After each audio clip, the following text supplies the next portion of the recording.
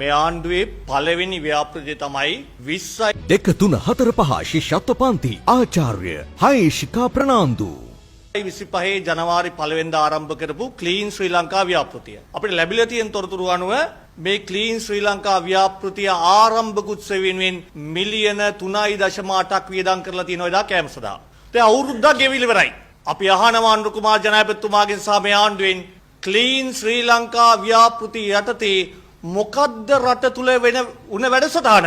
මේ වෙන විට අපිට ලැබිලා තියෙන තොරතුරු අනුව ක්ලීන් ශ්‍රී ලංකා ව්‍යාපෘතිය සඳහා රාජ්‍ය සේවකීන් 118 දෙනෙක් ජනාධිපති කාර්යාලයට අනුබද්ධ ආයතනයකට අනුයුක්ත කරලා තියෙනවා. මේ 118 දෙනා අතරේ අධ්‍යක්ෂ ජෙනරාල්වරු, අධ්‍යක්ෂකවරු, සම්බන්ධීකරණ ලේකම්වරු, කාර්යාල කාර්ය සහායකින් ලිපිකරුවෝ 118 දෙනෙක් වැඩ කරනවා. අවුරුද්දක් පුරාවට රජයේ වාහන 21ක් මේ ආයතනට අනුයුක්ත කරලා තියෙනවා කියලා අපිට තොරතුරු ලැබිලා තියෙනවා. රජයේ ආයතන වාහන 21කුත් යොදාගෙන කාර්ය මණ්ඩල 118 දෙනෙකුත් තියාගෙන ක්ලීන් ශ්‍රී ලංකා ව්‍යාපෘතිය හරහා රටට සිදු කරපු කාර්ය ජනාධිපතිතුමා අනිවාර්යෙන්ම රටට කියන්න ඕන.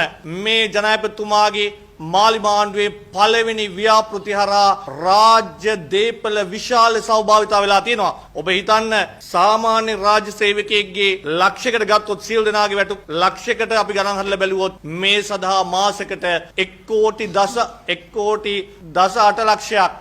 ලක්ෂයක් යනවා වැටුප් සඳහා විතරක්. එතකොට වාහනවල ඉන්ධන අනෙකුත් නඩත්තු සඳහා ගත්තොත් මාසෙකට කෝටි 2කට අධික මුදලක් මේ ව්‍යාපෘතිය සඳහා වැය කරලා තියෙනවා. ඒ නිසා මේ ව්‍යාපෘතිය සම්පූර්ණයෙන්ම සුදුවලියෙක් අපි දැක්කේ නැහැ මේකේ කිසිම ප්‍රගතියක්.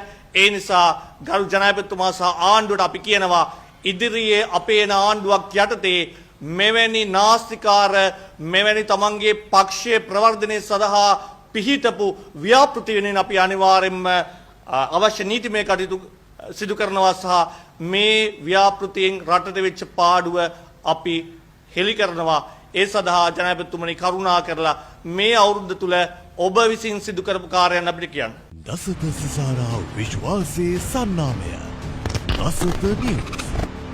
දවසේ දසත පැතිරුණු පුවත් ඇසිල්ලෙන් දැනගන්න. දසත YouTube නාලිකාව සබ්ස්ක්‍රයිබ් කරන්න.